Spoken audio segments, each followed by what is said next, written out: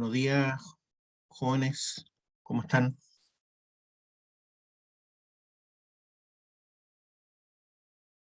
¿Cómo la pasaron el fin de semana?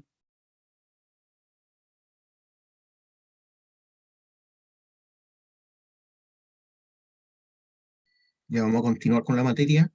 Eh, Voy a partir de cero del último PowerPoint, ¿ya? Vamos de repaso.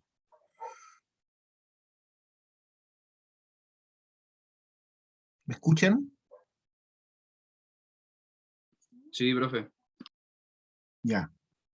Entonces este es el tercer PowerPoint. En inglés dice la Tierra. Entonces vamos de repaso, vamos a partir desde acá, ¿ya? Hablamos que hay tiempos geológicos que tienen que ver con la edad de la Tierra, ¿cierto? La edad del sistema solar. Con los datos obtenidos por los métodos de estudio de la edad absoluta y relativa de la Tierra, se construyen tablas de tiempo geológico. No existe una tabla única, eh, existen varias, pero más o menos todas coinciden en, en la cercanía, ¿cierto?, de estas eras o tiempos geológicos.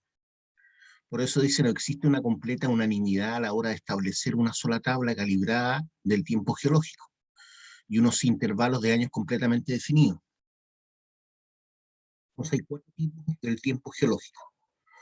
En líneas generales, el tiempo geológico del planeta se divide y distribuye en bloques de años relacionados con acontecimientos importantes que los han caracterizado. Estos acontecimientos importantes se refieren a eh, extinciones masivas que han ocurrido en el Triásico, en el Jurásico, en el Cretácico, ¿ya? Han habido extinciones masivas. Según eh, la gente que estudia la ecología, los ecólogos, y las ciencias de la Tierra, deberíamos estar al borde de la sexta extinción masiva, ¿ya? Considerando que la Tierra tiene aproximadamente 4.600 millones de años, como les decía, han habido varias extinciones masivas. Una de ellas es la de los dinosaurios, que todos conocemos. Cuando se habla de tiempo geológico, la unidad base es el millón de años. Por lo tanto, dentro de esos 4.600 millones de años, el ser humano, ¿cierto?, el hombre y la mujer, hemos habitado solamente la Tierra en en menos del millón de años en menos del millón de años últimos, ¿cierto? O sea, pasaron 4.599 millones de años sin el hombre en la Tierra, a lo menos. Y siempre hablamos de antes del presente, antes del presente. Entonces aquí tenemos algunas eras geológicas según la teoría evolucionista, ¿cierto? Lo más antiguo, lo más antiguo sería el Jádico, entre los 4.500 y los 3.800 millones de años. En cuanto a lo que es un eón, después viene el Arcaico, entre los 3.800 y los 2.500 millones de años. Después viene el Proterozoico, entre los 2.500 y los 4, perdón, entre los 2.500 y los 544 millones de años, ¿ya? Y el tiempo precámbrico abarca estas tres áreas, porque es desde el año 4.500, del año 4.500 al 544 millones de años. Se abarca desde este punto hasta este otro. Estos eones, el Jádico, el Arcaico y el Proterozoico. Actualmente nosotros estamos en este eón, el Fanerozoico, ¿ya? A partir del año 544 millones de años hasta hoy, ¿ya? 544 millones de años atrás, ¿cierto? Del presente hasta hoy. Dentro de este eón están las siguientes eras. La paleozoica, que es la más antigua, después viene la mesozoica y después la cenozoica. Actualmente estamos en la cenozoica. La paleozoica abarca otros periodos que se llaman, como ven ahí ustedes, pérmico, carbonífero, devónico, silúrgico, ordovícico y cámbrico. Entonces, la paleozoica abarca de los 544 a los 245 millones de años atrás, donde el último periodo fue el cámbrico, entre los 544 y los 505 millones de años. Después vino el ordovícico, entre los 505 y los 440 millones de años. Después el silúrico, entre los 440 y los 410 millones de años. El devónico, entre los 410 y los 360 millones de años. El carbonífero, entre los 360 y los 286 millones de años. Y finalmente el último periodo de la era paleozoica sería el pérmico, entre los 286 y los 245 millones de años atrás. Después viene la era mesozoica, entre los 245 y los 65 millones de años. Aquí en esta era es cuando habitaron los dinosaurios. Y está compuesto por varios periodos que son el Triásico, el Jurásico y el Cretácico. El más antiguo sería el Triásico, de la era mesozoica, que abarca del año 245 al 208 millones de años atrás. Después viene el Jurásico, entre los 208 millones a los 146 millones de años atrás. Y el Cretácico, entre los 146 y los 65 millones de años hacia atrás, ¿cierto? Y desaparecen los dinosaurios y empieza la era cenozoica, donde empiezan a gobernar en su mayoría los mamíferos. Dentro de la era cenozoica tenemos el periodo terciario, entre los 65 y los 1,8 millones de años atrás, el paleógeno, entre los 65 y los 23 millones de años atrás, y el neógeno, entre los 23 y 1,8 millones de años atrás, ¿ya? Actualmente estamos en el periodo cuaternario. Cuaternario, era cenozoica, eón fanerozoico. Entonces, el cuaternario es de 1,8 millones de años atrás hasta hoy. Y en periodos más pequeños, a los periodos están las épocas, a la derecha, ¿cierto? En la última columna. La época más antigua corresponde a la era cenozoica, donde está el paleoceno, según esta tabla, ¿cierto? Que abarca de los 65 millones a los 54 millones de años atrás.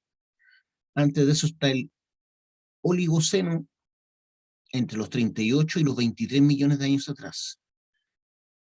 Después de eso, perdón, viene el Eoceno, entre los 54 y los 38 millones de años atrás.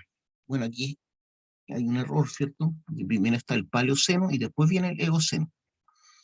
Y después continúa el Oligoceno, de los 38 a los 23 millones de años atrás. Después viene el Mioceno, entre los 23 y los 5 millones de años atrás.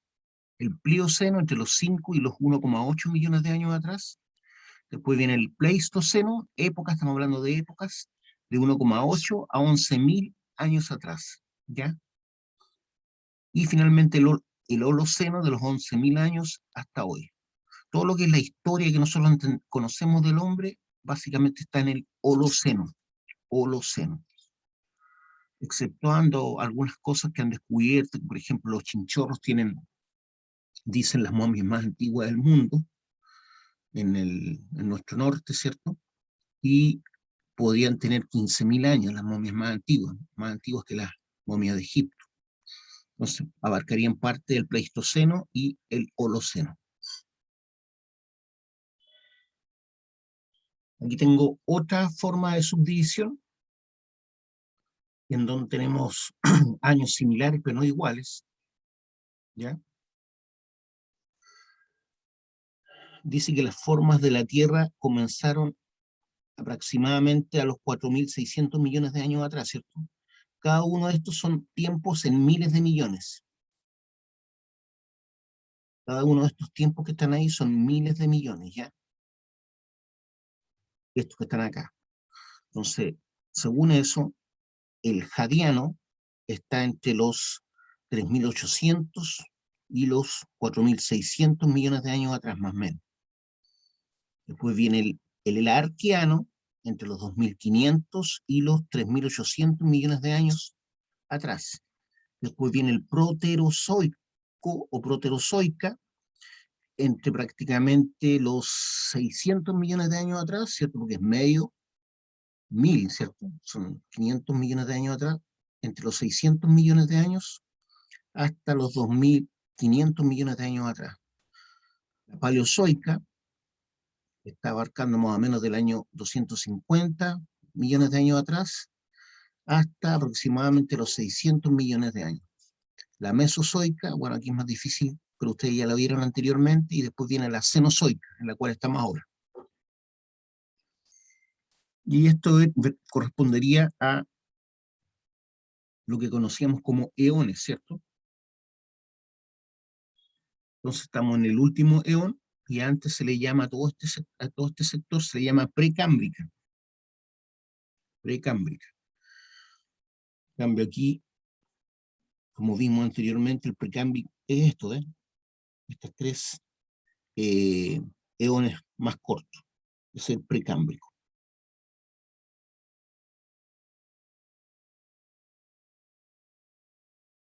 Entonces, ahí está dividido tal cual, pero mostrando un poco a escala el tamaño, ¿cierto?, de estas eras, de estos tiempos geológicos. Después tenemos una a la derecha, donde dice tiempo en millones de años. La más antigua, ¿cierto?, vendría siendo la Cambriana.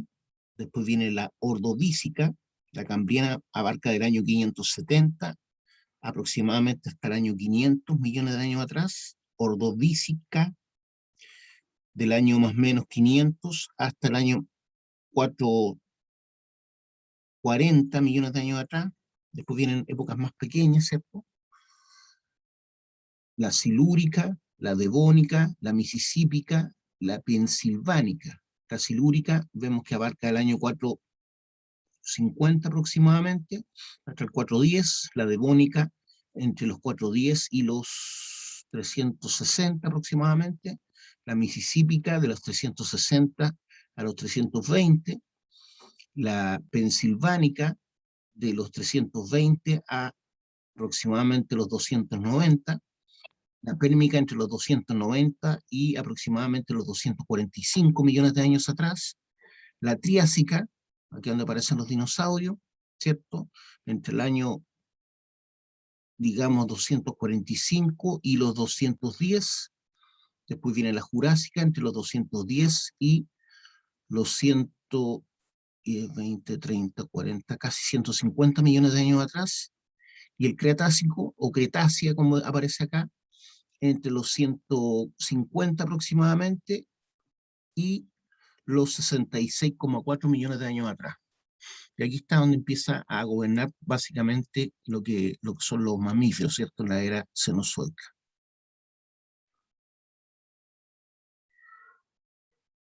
Les vuelvo a repetir, yo no les voy a preguntar datos tan específicos de esto, sino básicamente es importante que conozcan lo que significa el tiempo geológico, ¿ya? Y que nosotros como seres humanos abarcamos prácticamente la nada misma, menos del 1%, ¿cierto?, del tiempo geológico de la Tierra. Estructura de la Tierra. Esto también ya lo vimos, dice que la estructura más externa de la Tierra es la litósfera o corteza terrestre, es la capa rocosa externa de la Tierra, ¿cierto?, que sabemos que puede abarcar entre los 7 y los 70 kilómetros de profundidad, 7 kilómetros las partes bajo los océanos, partes más delgadas, y las partes más gruesas vendrían siendo en los Himalayas, por ejemplo, o en la cordillera de los Andes, ¿ya? Entonces, si yo considero los 7.000 metros que tiene la Aconcagua, más los metros que hay hacia abajo de corteza, ¿cierto?, abarca aproximadamente 70 kilómetros de alto. Los elementos más abundantes en esta capa, ya sabemos cuáles son: el silicio, el sílice, ¿cierto?, Si, y el oxígeno. Entonces, la combinación de silicio y oxígeno en muchas formas generan los llamados silicatos, o sea, la roca más abundante, el tipo de roca más abundante en la corteza terrestre son los silicatos, que están conformados por combinaciones entre silicio, oxígeno y otros elementos, como por ejemplo el hierro, el aluminio y el magnesio, ¿ya? Entonces en estos silicatos tenemos silicio y oxígeno principalmente, pero también tenemos elementos como el aluminio, el magnesio y el hierro. De hecho, el 5% de la corteza terrestre, el 5% de la corteza terrestre es hierro.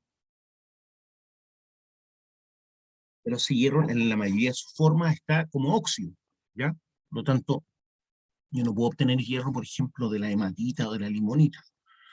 Sí de combinaciones más abundantes como la magnetita.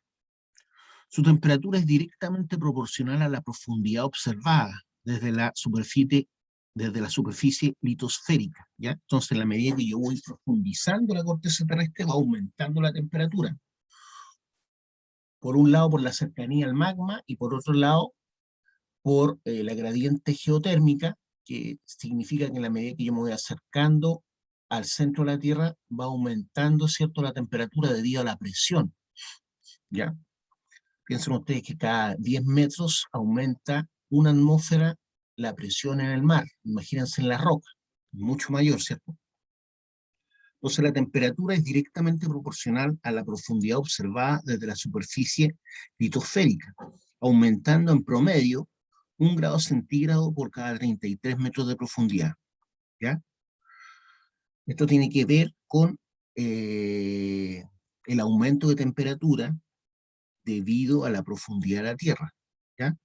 Entonces, aumentando en promedio 1 grado centígrado por cada 33 metros de profundidad. Eso se llama gradiente geotérmico. ¿Alguna pregunta, alguna duda que me quieran hacer? ¿Saber? Esto ya lo habíamos visto, pero a modo de repaso lo estamos viendo de nuevo. ¿Alguna duda, alguna pregunta?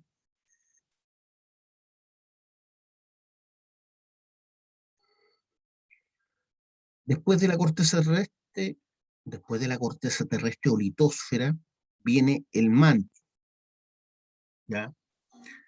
El manto tiene dos mantos, el manto superior y el manto inferior. Es la capa de la Tierra que se encuentra entre la corteza y el núcleo, ¿cierto? Supone aproximadamente el 87% del volumen del planeta. O sea, lo más abundante en cuanto a volumen sería el manto.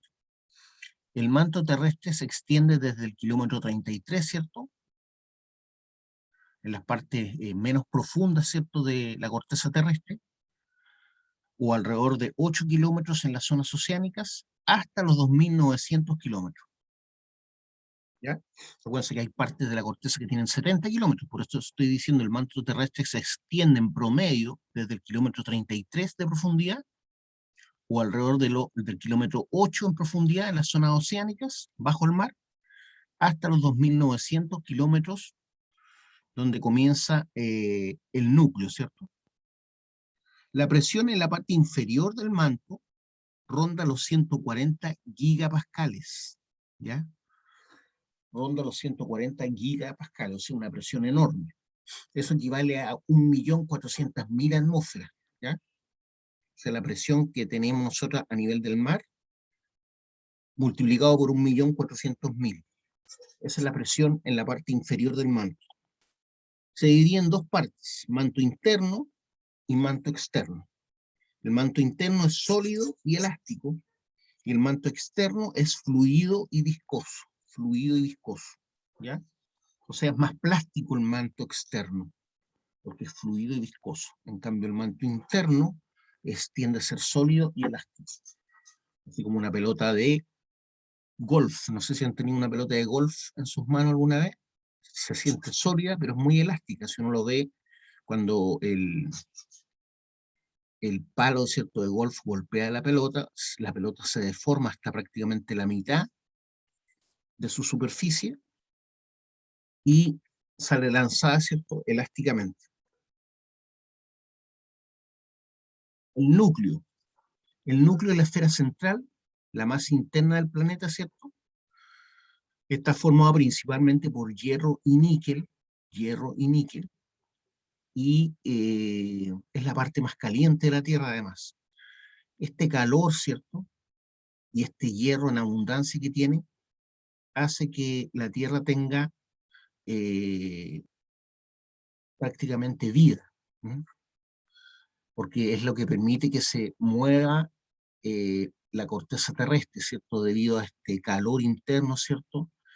Y a su vez, debido a la concentración alta en hierro, existe un campo magnético en el planeta Tierra que evita que los rayos cósmicos, que son dañinos, que son destructivos, ¿cierto?, penetren la Tierra, sino que son desviados justamente por este campo magnético generado por el núcleo de la Tierra.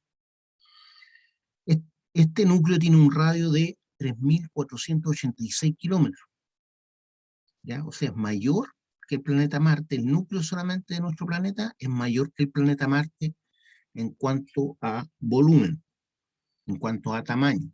La presión en su interior, ya sabemos que la presión era enorme, ¿cierto? En el manto, obviamente, en el núcleo es mucho mayor. La presión en su interior es de millones de veces la presión en la superficie. Y la temperatura puede superar los 6.700 grados Celsius. Nadie ha puesto un termómetro ahí, ¿cierto? Pero se entiende por la gradiente geotérmica, que es la temperatura que tiene en el interior. Entonces estamos hablando de 6.700 grados Celsius, eso es muy, muy por sobre cualquier temperatura de fusión de cualquier metal, ¿ya? El hierro, el cobre están bajo los 1.500 grados Celsius, de temperatura de fusión, y ahora estamos hablando de 6.700 grados Celsius.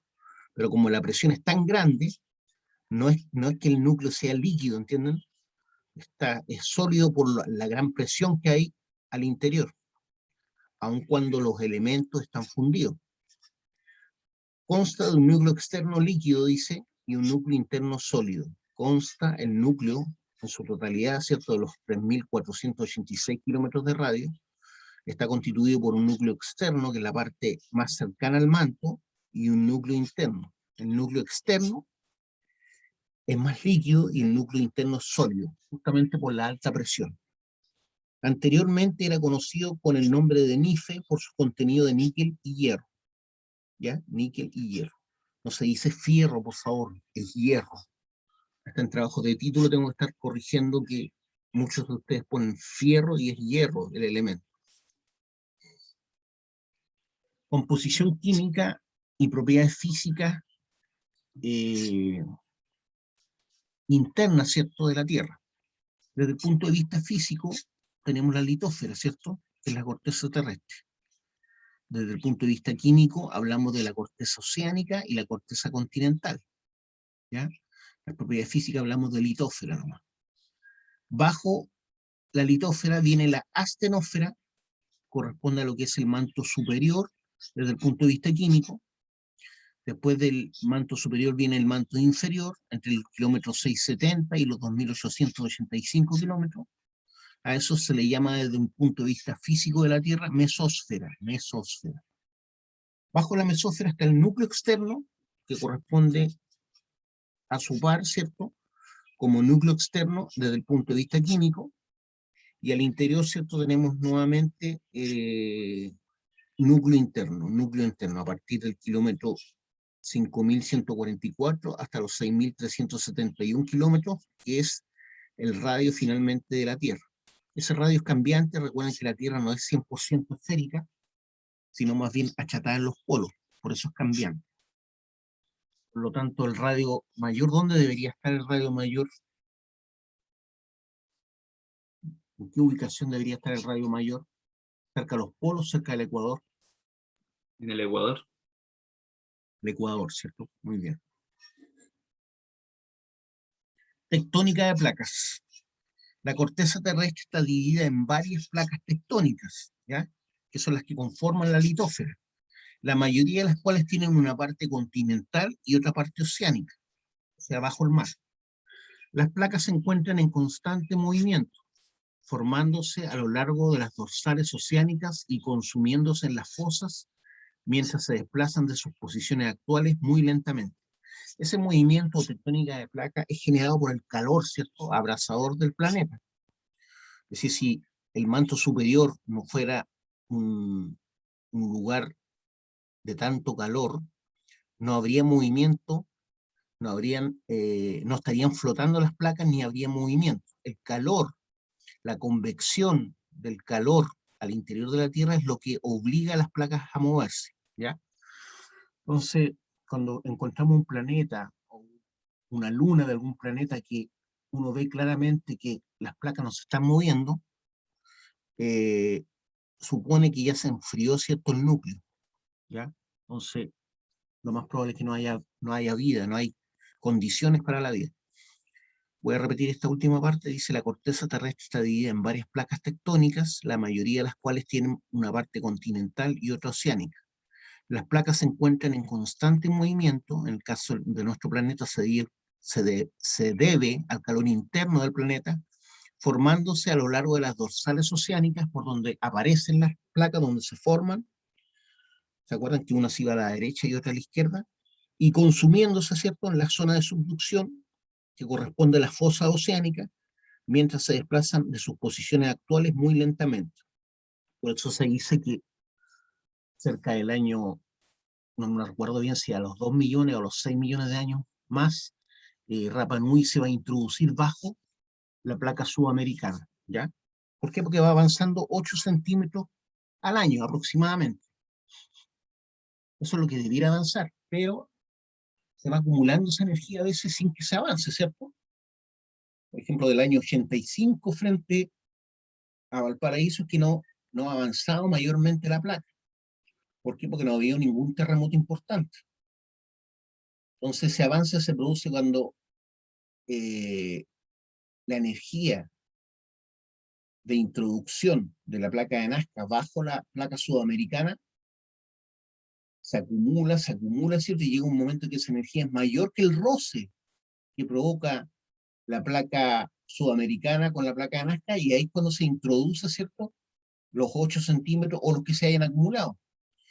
En este caso, ¿cierto?, si pensamos del año 85, que no hay ningún movimiento importante frente a Valparaíso o frente a San Antonio, estamos hablando de ¿cuántos años atrás? Estamos hablando de 15 hasta el 2000, más 21, ¿cierto? Estamos hablando de 36 años, por 8 centímetros cada año. O sea, se han acumulado más de 2 metros, casi 3 metros de movimiento que no ha cedido aún, no ha cedido aún. Por lo tanto, cuando haya el próximo terremoto, a lo menos se va a meter la placa, ¿cierto? 3 metros aproximadamente. No sé si me siguen lo que les estoy explicando. ¿Se entiende o no? Guillo, Sí, profe. ya. Bueno, aquí está la gran subdivisión de placas. Hay varias placas que no están consideradas, pero esa era la subdivisión más común.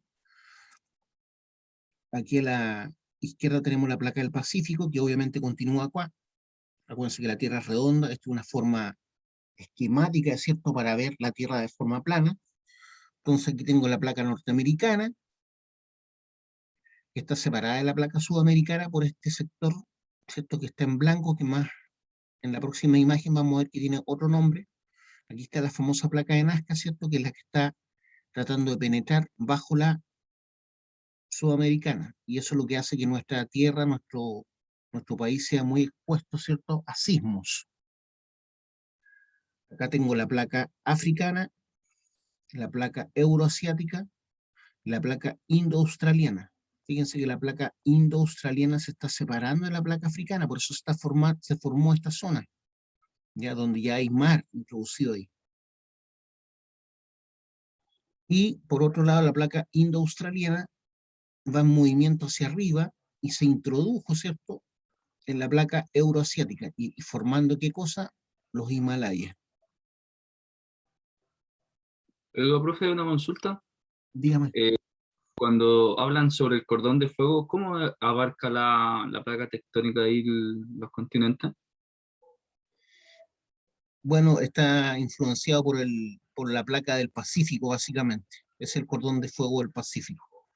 O sea, todo lo que abarca la placa del Pacífico, en este caso también abarca la placa de Nazca, porque también está, esta sería parte del cordón del Pacífico, este que está acá, mira, todo lo que es Chile, Perú, pero también abarca todo lo que es, por ejemplo, Japón, las islas polinésicas, también a Nueva Zelanda, por acá cerca también, es lo que llamamos, ¿cómo se llama? El cordón de fuego del Pacífico.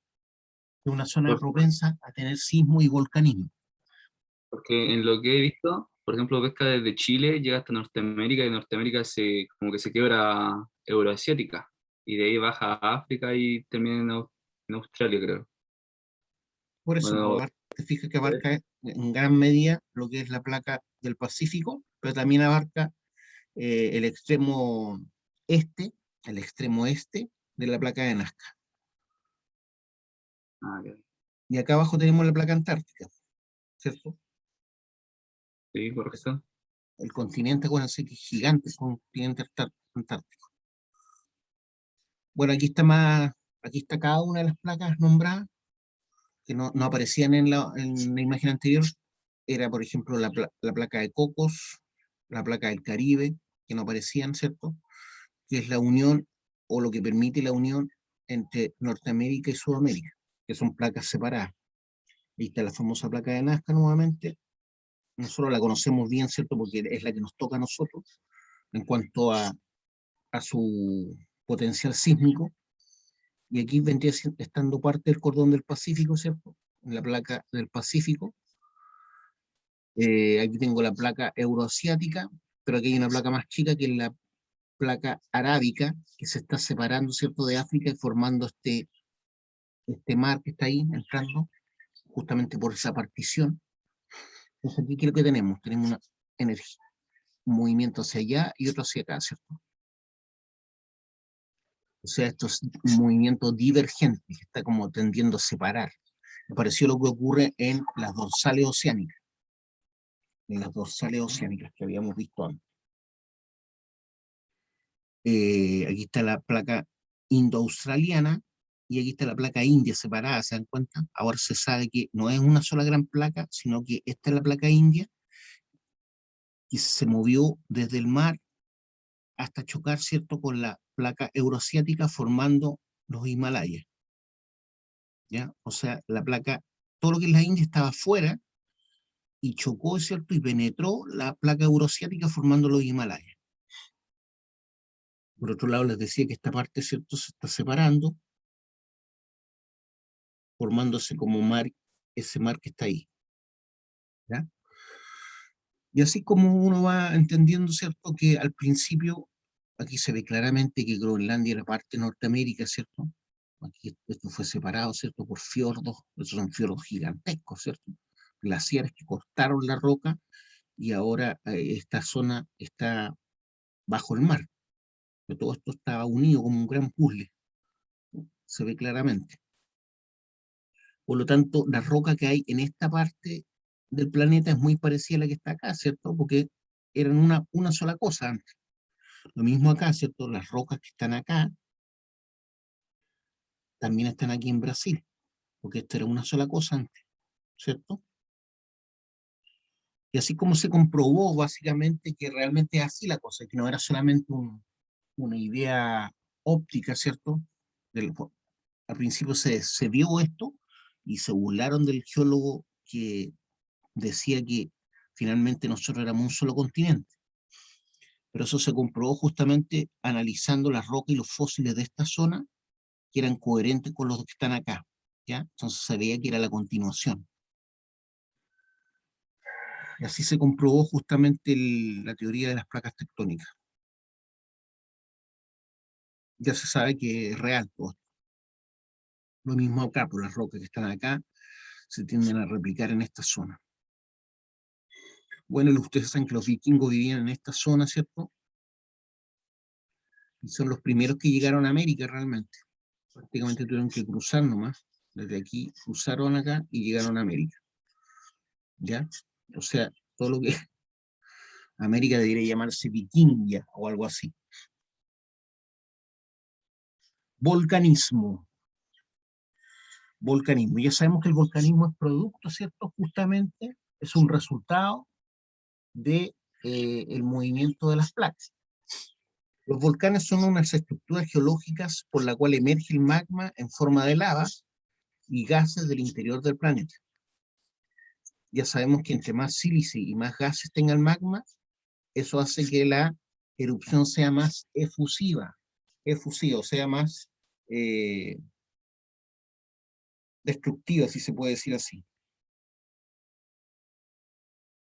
Generalmente adquieren una forma cónica, ¿cierto? Estas estructuras, porque van acumulando magma, ¿cierto?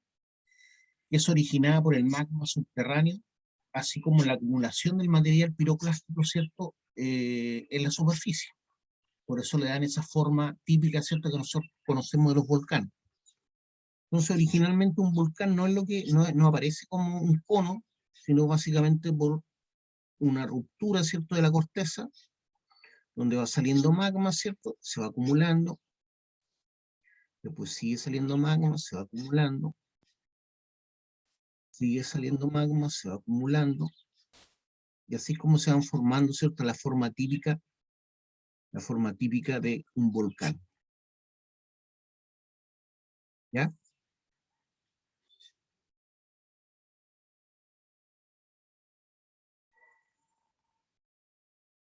Hoy sabemos que hay volcanes que tienen periodos eruptivos de más de 100, 200 años. ¿Qué significa eso? Que un volcán aparentemente puede estar apagado o extinto, ¿cierto? Se cortó, ¿cierto?, su chimenea volcánica y ya no está conectada al magma cercano al manto, y se dice que está extinto. Por ejemplo, el volcán Chaitén, que hizo erupción, ¿cierto?, en Chaitén, ustedes saben, seguramente algunos de ustedes recordarán, o puede buscarlo en las noticias, ¿cierto?, que gente tuvo que evacuar Chaitén, arrancando prácticamente, rápidamente, ¿cierto?, para no ser arrasada por los lahares que formaba el volcán Chaitén. Un lahar es una especie de alud de lodo, ceniza volcánica, que es producto del derretimiento, ¿cierto?, de los hielos que están cerca de la cumbre de ese volcán. Y producen mucho más daño muchas veces, ¿cierto?, que la propia lava, Acuérdense que hablamos de lava cuando el magma sale a la superficie. Entonces, encima del volcán tenemos el cráter o caldera. Bajo el cráter tenemos la chimenea volcánica, que une, ¿cierto?, el magma entre la cámara magmática y el cráter. Por lo general, los volcanes se forman en los límites de las placas tectónicas. ¿Ya? Nosotros estamos en la zona de subducción entre la placa de Nazca y la placa sudamericana, por lo tanto, somos un país con mucho volcanismo. Aunque hay excepciones, dice, llamados puntos calientes o hotspots, ubicados en el interior de las placas tectónicas donde también hay volcanes. Esas son las excepciones. Esos hotspots, por ejemplo, formaron Rapa Nui, formaron Hawái, ¿ya?, que son islas generadas por erupciones volcánicas. Los volcanes constan de cráter, ¿cierto?, que es la puerta de salida de los materiales piroclásticos. Bajo el cráter está la chimenea volcánica, que es el conducto que permite que el magma salga a la superficie a partir de la cámara magmática. El cono volcánico, que es la parte visible para nosotros como volcán. La cámara magmática es el lugar donde se acumula el magma, se acumula la presión, y es lo que permite, ¿cierto?, que el magma escurra por la chimenea volcánica. Ojo, la chimenea volcánica no es algo preexistente, se forma a partir de esa presión. También tenemos las fumarolas, que son emisiones de gases de las lavas en los cráteres. Géiseres son pequeños volcanes de vapor de agua hirviendo. Esa agua, ¿cierto?, subterránea pasa cerca del magma y hace que hierva, aumente la presión y se forman estos géiseres. Solfaratas son emisiones de vapor de agua y ácido sulfídrico, ¿ya?, que es un gas asociado al azufre, de mal olor. Mofetas son fumarolas frías que desprenden dióxido de carbono, ¿ya? Dióxido de carbono. O sea, no están asociadas al calor.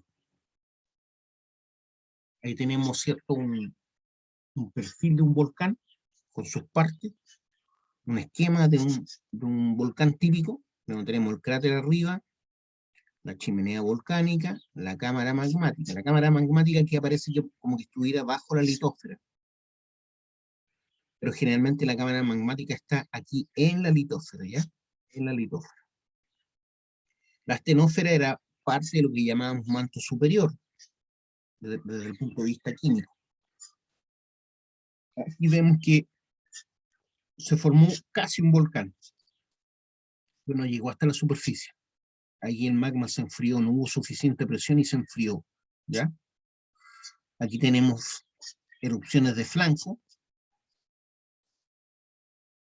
A partir de un dique, ¿cierto?, se forman estas erupciones de flanco, que pueden formar volcanes que son alimentados por la misma cámara magmática que la chimenea principal. Acá tenemos otro dique, ¿cierto? Esta formó un domo, un cráter. Ese domo se formó igual que este otro, ¿cierto?, a partir de erupciones volcánicas.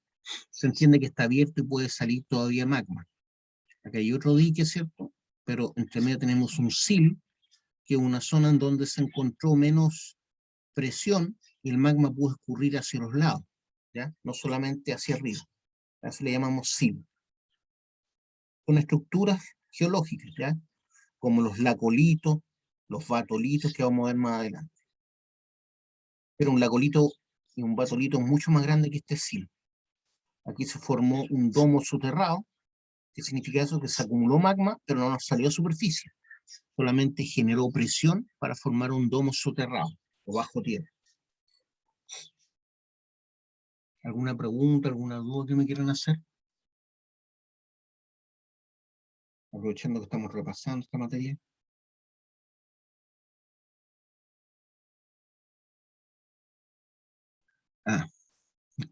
Entonces cada una de estas rayitas, ¿cierto?, representa los estratos. Es un estrato, ¿cierto? Cada una de estas rayitas, entre una rayita y otra, se formó un estrato, se formó otro estrato, y eso a partir de las erupciones volcánicas. Por lo tanto, la primera fue esa, después siguió esta otra, después esta otra, y así fue creciendo el volcán, ¿ya? Entonces los volcanes no nacen formando un cono típico, así como el volcán Ozón o el Fujiyama en Japón, no nacen así. Nacen a partir de una grieta, que la primera erupción genera una pequeña colina, ¿cierto? Menos que una colina, un montículo, después la segunda, la tercera, hasta formar lo que nosotros conocemos como cono volcánico. Lava. ¿Qué es lo que es la lava? Ya sabemos que la lava es el magma que sale a la superficie. Es roca derretida que se halla en la superficie de la Tierra, ¿cierto? Después de haber sido expulsada de la cámara magmática y enfriarse. La lava se solidifica en roca. No hablamos de lava, en general estamos hablando de la roca derretida, ¿cierto? Pero también esa lava se enfría y se solidifica y forma como campos de lava. Hay varios tipos de lava. Está la lava AA, que es la lava que tiene una superficie rugosa y afilada, que es la típica, ¿cierto?, que encontramos en el sur de Chile. Para los que han ido para allá se darán cuenta que la lava es rugosa y afilada. Después viene la lava Pahoehoe, que es una lava nombrada así por los polinésicos. Es una lava con una apariencia, ¿cierto? Con una apariencia de ser suave o viscosa, que puede presentar diferentes formas, ¿ya? Después tenemos la lava almohadillada, que tiene formas como de almohadas.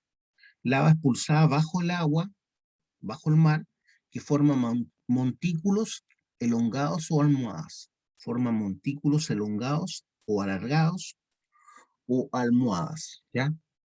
Forma de almohada, ¿ya? Forma de almohada, por eso se llama lava almohadillada. También tenemos las rocas, ¿cierto?, que lanza el volcán, producto de la presión interna, y de acuerdo al tamaño de estos fragmentos piroclásticos, toman distinto nombre. Tenemos los bloques, por ejemplo, que son fragmentos de roca con más de 64 milímetros, pero fríos, enfriados ya, expulsados por volcán o por flujos de lava. Cuando dice fragmentos de roca, se entiende que esa lava ya está fría, por eso hablamos de bloques, o pueden ser trozos de material enfriado cerca del cráter, que son lanzados por la presión también. Pero originalmente todo esto era lava, bomba. Bomba volcánica es muy parecido al bloque, con la diferencia que aquí todavía está parte de ella fundida a lo menos. También conocida como bombas volcánicas, son fragmentos de lava, ¿cierto? Los otros eran fragmentos de roca, con más de 64 milímetros de diámetro, y fueron expulsados mientras aún estaban parcialmente derretidos. Esa es la diferencia entre bloque y bomba volcánica. ¿Se entendió, chiquillo?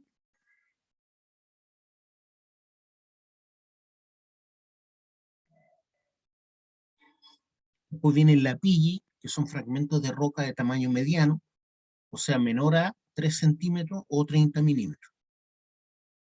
Pues tenemos la ceniza volcánica, que son fragmentos de pequeño tamaño, menor a 3 milímetros. Y debido a su pequeño tamaño, pueden ser arrastrados por grandes distancias, pueden ser arrastrados a grandes distancias. Entonces, normalmente las erupciones volcánicas en Chile hacen que, por efecto del viento, que el viento siempre va de mar hacia el interior, ¿cierto?, del continente, estas cenizas volcánicas tienden a caer en el lado argentino, ¿ya? Una erupción volcánica es un conjunto de fenómenos que tiene lugar cuando el magma alcanza la superficie terrestre. Entonces, parte de ese conjunto de fenómenos son la fumarola, las cenizas, ¿cierto? El lapilli, los bloques, las bombas. Las cenizas avanzan grandes distancias, como les decía, muchas erupciones en la cordillera de los Andes, de volcanes chilenos, finalmente llegan y han arrojado cenizas hasta Buenos Aires, imagínense, hasta prácticamente el Atlántico. Ahí tenemos un volcán típico, ¿ya? No estoy seguro cuál volcán sea este, pero podría ser el Yaima, ya, por la forma. Podría ser el Yaima. Este sí lo conozco, este es el volcán San José, y este es el Marmolejo, ¿ya? Esto está al interior del Cajón del Maipo. Si uno llega hasta Baños Morales y uno mira hacia el sur, va a tener esta vista. Aquí, Baños Morales llega hasta perdón, el Cajón del Maipo llega hasta Baños Morales, uno al cruzar llega a Lo Valdés, por acá está Lo Valdés, esto es Baños Morales, y como le digo, este es el volcán Marmolejo, que es un volcán extinto, y este es el volcán San José, que está activo. Entonces, aparentemente el San José nace, ¿cierto?, como una erupción de flanco del Marmolejo, este se extingue y continúa el volcán San José. Este tiene 6.100 metros de altura y este tiene 5.880. ¿Ah? Son grandes macizos, y esas cosas que ustedes ven ahí son glaciares, ¿ya? Que bajan por ahí. Las erupciones volcánicas no obedecen a ninguna ley de periodicidad, ¿ya? ¿Qué significa eso? Que nosotros todavía no manejamos a ciencia cierta, ¿cierto?, todas las variables que nos permitan predecir una erupción volcánica. Lo mismo con los terremotos, ¿cierto? Y no ha sido posible descubrir un método para prevenirlas o preverlas, aunque a veces vienen precedidas por sacudidas sísmicas, o sea, pequeños eventos sísmicos locales, sismos básicamente. Por ejemplo, si estoy cerca del volcán Villarrica, ¿cierto?, en Pucón, y hay un sismo grado 2, y después viene otro sismo a la media hora grado 2, y después otro sismo grado 1, y así estamos por 2 semanas, es posible que vaya a haber, ¿cierto?, una erupción volcánica del Villarrica, pero no siempre es así, ¿ya? Por ejemplo, hace como 6 meses atrás hubieron varios sismos locales cerca de Neltume, que es una localidad al interior de Panguipulli, que está muy cerca del volcán Mocho Chocuenco, que es un volcán activo. Y también existe una dualidad, también tiene dos cráteres, está el Mocho y el Chocuenco, parecido a lo que ocurre con el Marmolejo y el San José. Hubieron varios sismos durante 1 o 2 semanas locales, pudieron haber asustado a la gente y a los geólogos, ¿cierto? Pensando que iba a haber una erupción mayor, o una erupción más bien dicho. Pero no ocurrió nada, solamente hubieron esos sismos locales. Por eso dice, aunque a veces vienen precedidas por sacudidas sísmicas, ¿ya? Y por la emisión de gases, ¿ya? Cuando hablamos que entra en actividad el volcán Villarrica, se ven fumaroles, ¿cierto? A eso se refiere, aunque a veces vienen precedidas por sacudidas sísmicas y por la emisión de gases. Bueno, uno de los volcanes más estudiados justamente por la cercanía a zonas turísticas del volcán Villarrica.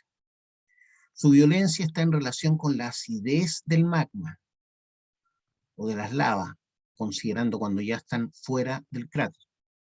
Su violencia está en relación con la acidez de la lava, o sea, entre más ácida sea la lava y más gases contenga, la erupción va a ser más violenta, la erupción va a ser más violenta.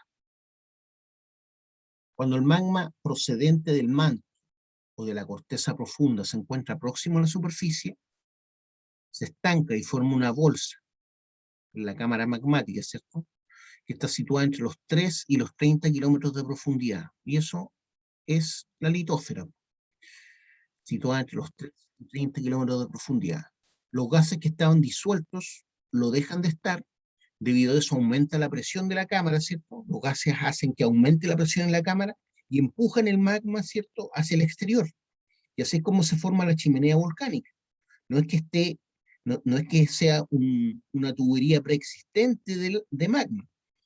Se va formando producto de la presión que ejerce, ¿cierto?, el magma en la cámara magmática.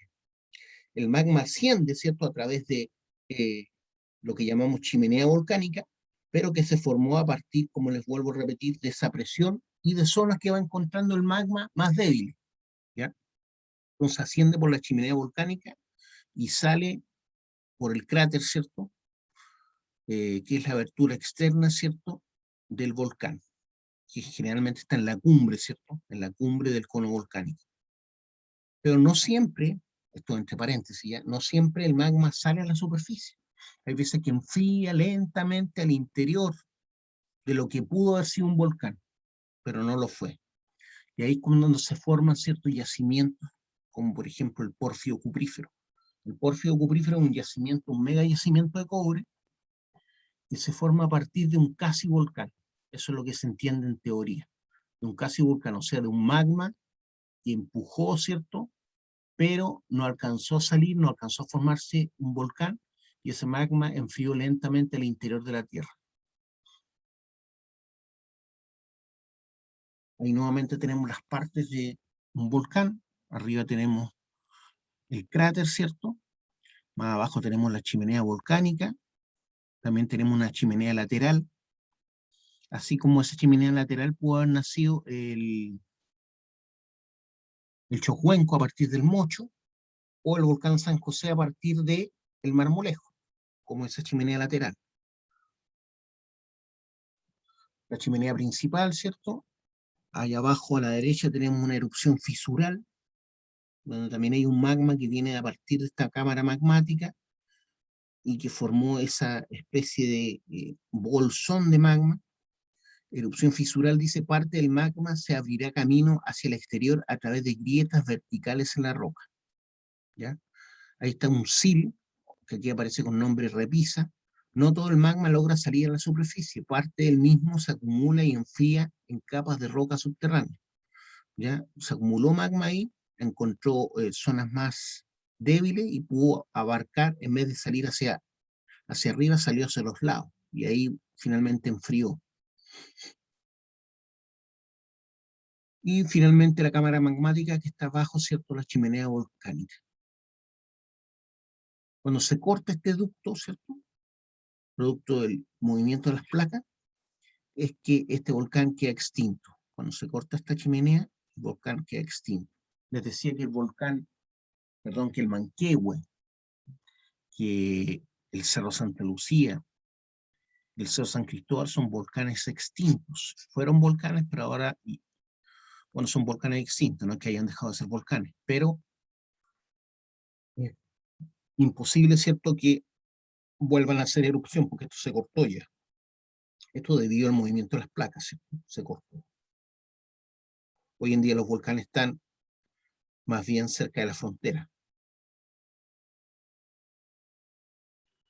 El magma al enfriarse puede originar diversos productos, ¿cierto? Los magmas fluidos que están relacionados con las dorsales oceánicas y los puntos calientes tienen bajo contenido de gases y forman coladas de lava. Coladas de lava significa material fundido que escurre fácilmente, las cuales dan lugar a erupciones efusivas y tranquilas. Efusivas es decir que sale mucho material, a eso se refiere. Efusivas, que sale mucho material, pero tranquilas, no son erupciones violentas. Eso ocurre con los magmas fluidos que están relacionados con las dorsales oceánicas y los puntos calientes, como por ejemplo las islas de Hawái.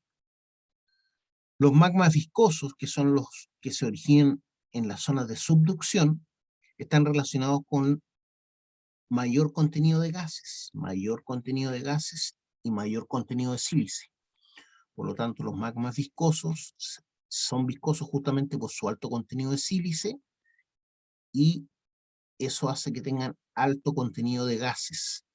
Acuérdense que el sílice es una mezcla entre sílice y oxígeno. Por lo tanto, tiene lógica pensar que entre más sílice tenga, un magma también va a tener más gases, ¿cierto? Más gases. ¿Por qué? Porque los silicatos están formados por sílice y oxígeno. Y cuando alcanzan la superficie pueden provocar mucho daño, ¿cierto? Porque son erupciones violentas, erupciones violentas. El gas que explota expulsa trozos de lava y fragmentos llamados piroclastos, que tienen distintos tamaños, ¿cierto? Ya lo vimos eso. Los más grandes, hablamos de bloques, bombas volcánicas. También podemos hablar de la Pigi, cuando están sobre 3 milímetros, bajo 3 milímetros, cenizas, y sobre 3 centímetros, hablamos de bombas volcánicas. ¿Alguna pregunta, alguna duda que me quieran hacer?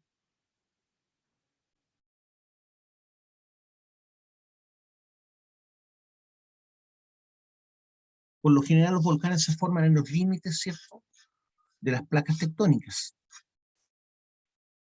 o también en zonas que se llaman puntos calientes o hotspots. Por ejemplo, la mayoría de nuestros volcanes, la mayoría de los volcanes del Japón, la mayoría de los volcanes de Indonesia, están en los límites de las placas tectónicas, ¿cierto? Entonces, a lo largo de toda la cordillera de los Andes, que está formada justamente por este choque de placas, hay muchos volcanes, algunos extintos, pero la gran mayoría activos. Pero también existen puntos calientes, hotspots, que están en medio, ¿cierto?, de placas oceánicas, por donde también se forman volcanes. Así nacen, por ejemplo, las islas de Hawái y Rapa Nui, entre comillas, Rapa Nui. Y nuevamente aparecen las distintas zonas de los volcanes, con la diferencia que aquí nos muestran los tipos de roca relacionados con el contenido de sílice. Por ejemplo, la riolita es la que más sílice tiene, sobre 68% de sílice. La dacita entre los 63 y 68% de sílice. Cuando hablamos de sílice nos estamos refiriendo específicamente al cuarzo, SiO2. Entonces, entre más cuarzo tenga, es más clara la roca, ¿se dan cuenta? Tiene lógica, ¿sí? Porque el cuarzo o es transparente o es blanco. Entonces, entre más contenido de sílice es más clara. La riolita es justamente de ese color, rosada. Y en la medida de menos sílice tenga, en la medida que menos sílice tenga, es más oscura la roca. El basalto es negro, ¿ya? El basalto es negro y tiene menos contenido de sílice. Después viene la andesita, la dacita y la riolita. Ahí tenemos varias formaciones de una erupción volcánica, ¿cierto? La nube eruptiva, que es la que lleva la ceniza lejos, ¿cierto? Aprovechando la dirección del viento. En Chile la dirección del viento es de costa hacia el interior, de costa hacia el interior. Caída de la ceniza, ¿cierto? Una vez que se enfría esta nube, la ceniza cae. No solamente hay ceniza, también hay CO2, puede generar lluvia ácida si llueve.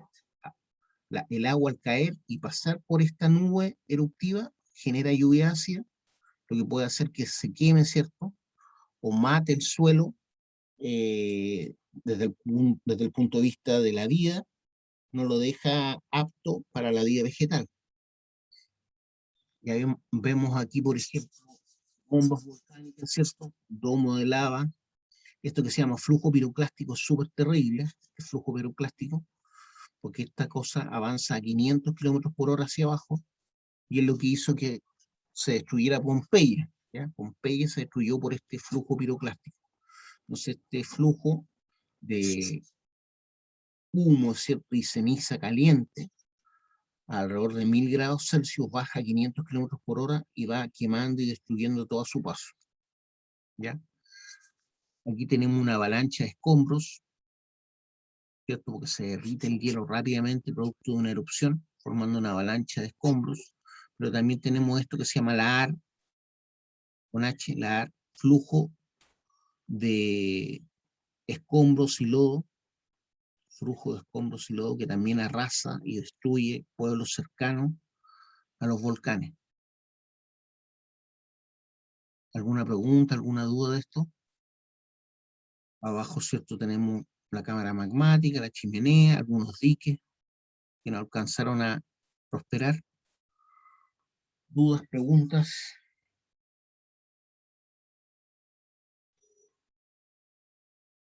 Los volcanes pueden tener muchas formas, al igual que producir variados productos. Algunas formas comunes son los estratovolcanes, los conos de escoria, calderas volcánicas y volcanes en escudo. O sea, de todos los volcanes que existen varias tipos o formas comunes de volcanes. Y eso tiene que ver, ¿cierto? Con estas formaciones tienen que ver con los componentes del magma, con los componentes del magma o de la lava que sale en la superficie. Si tienen más o menos sílice, van a ser más o menos viscosos.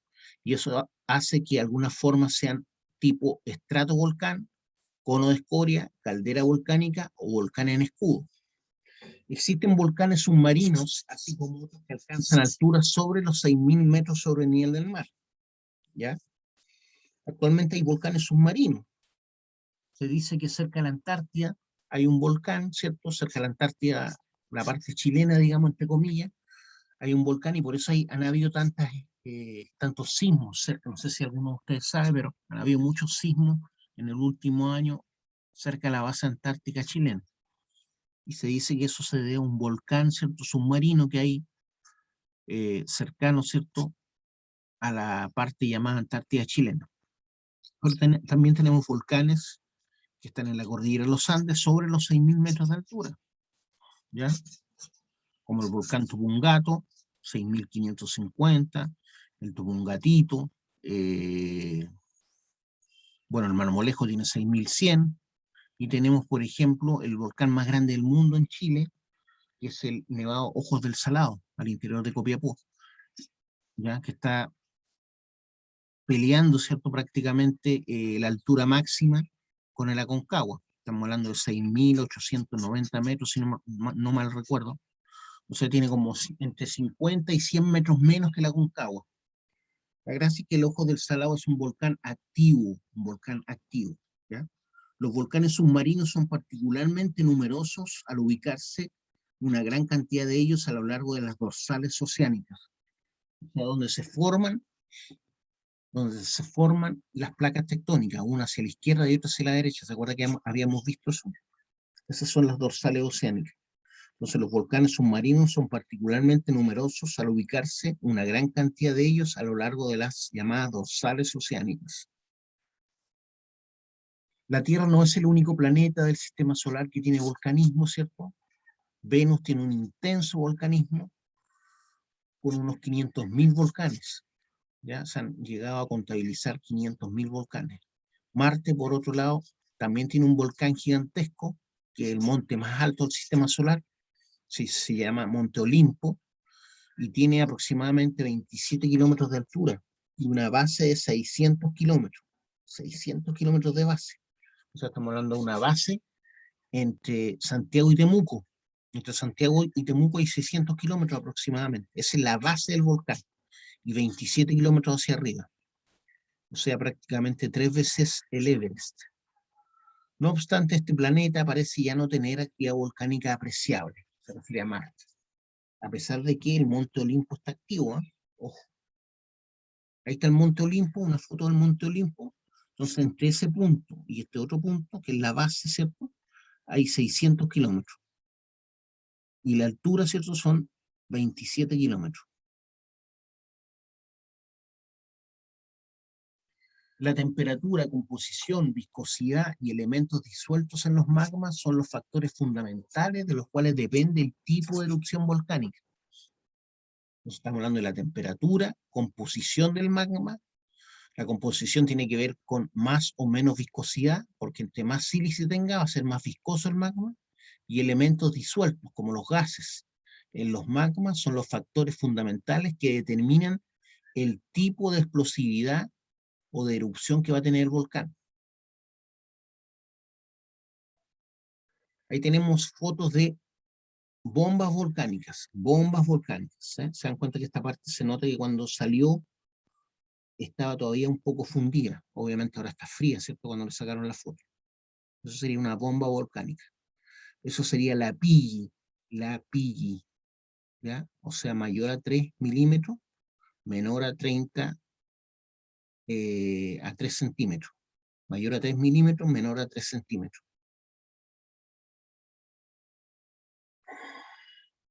Tipos de erupciones, tipos de erupciones.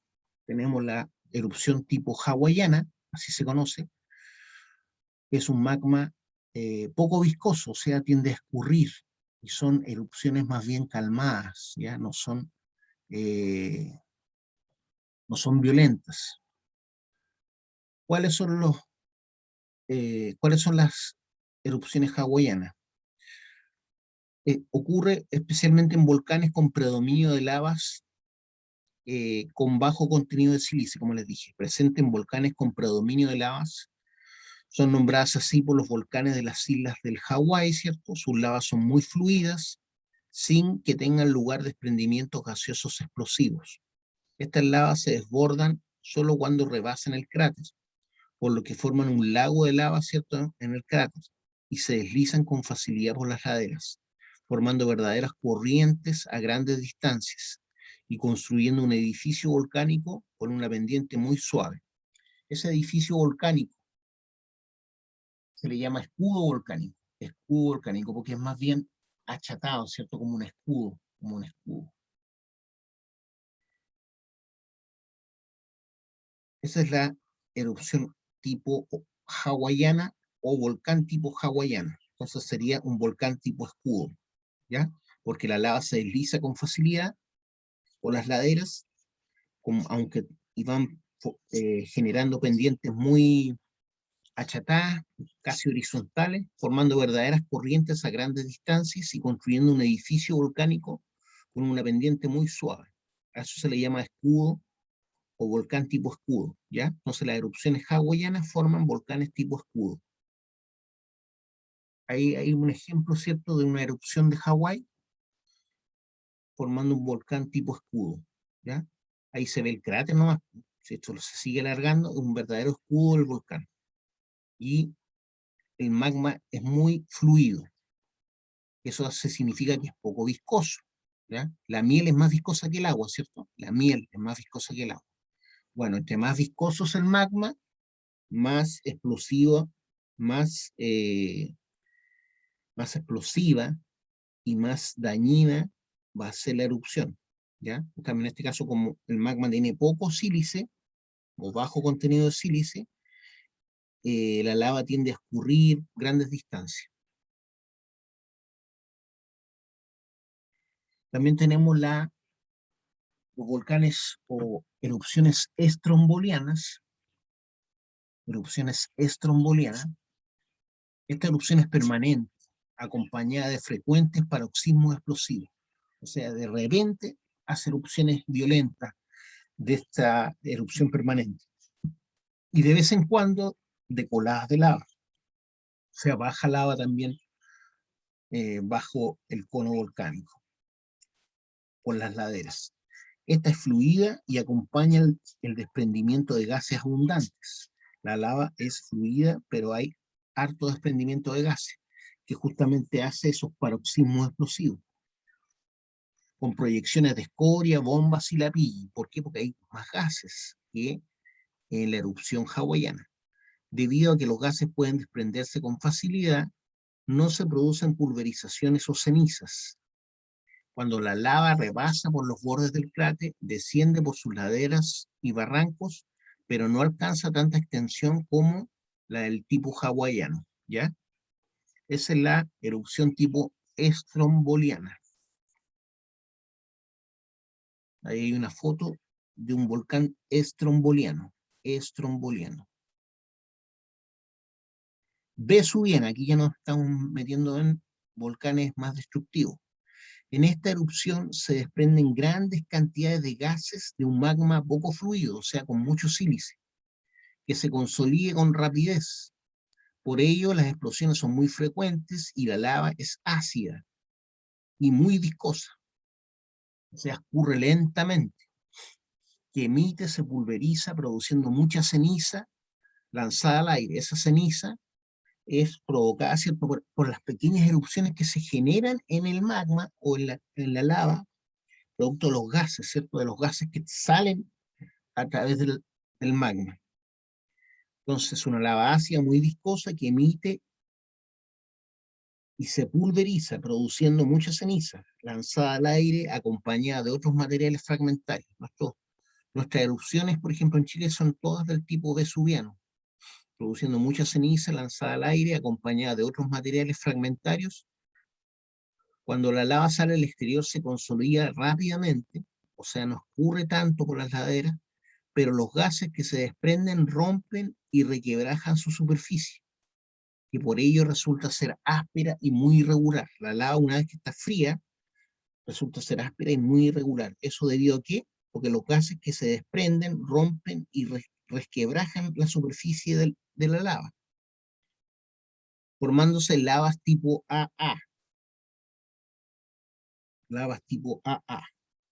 Ahí hay un error ahí, dice mal país. Hay una imagen, ¿es cierto?, de una erupción vesuviana. Una imagen de una erupción vesuviana. Entonces, esta genera mucho ceniza por el alto continuo de gases. La lava no tiende a escurrir mucho, ¿cierto? Fíjense que aquí no hay mucho escurrimiento de lava. ¿Por qué? Porque la lava es muy viscosa, se enfría rápidamente y como tiene muchos gases se destruye en la medida que va saliendo. También tenemos la erupción tipo peliana. Peliana viene del monte Pelé. De los volcanes de las Antillas es el célebre monte Pelé en Martinica, por su erupción del año 1902, que destruyó su capital, San Pedro. La lava es extremadamente viscosa, o sea, tiene mucho contenido de sílice y se consolida con gran rapidez, llegando a tapar por completo el cráter. O sea, la lava es tan viscosa que tapa el cráter, se enfría, se forma como un tapón, y eso hace que se acumule la presión, ¿cierto?, debido al magma que quiere salir, y finalmente este volcán revienta lateralmente, ¿ya? Una vez que ya no aguanta más presión, revienta lateralmente.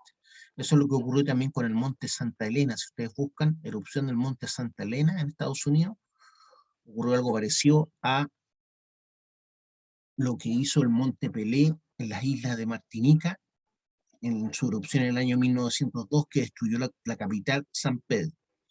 La lava es extremadamente viscosa y se consolida con gran rapidez, llegando a tapar por completo el cráter. La enorme presión de gases sin salida levanta este tapón, que se eleva formando una gran aguja rocosa. La enorme presión, ¿cierto?, levanta este tapón que se eleva formando una gran aguja rocosa. Así ocurrió el 8 de mayo de 1902, cuando las paredes del volcán Pelé cedieron a tan enorme empuje, abriéndose un conducto lateral por la que salieron con extraordinaria fuerza los gases acumulados a elevada temperatura y que mezclados con cenizas formaron la nube ardiente que alcanzó 28.000 víctimas. ¿Ya? La nube piroclástica, ¿cierto?, que le hablé antes, sería esto.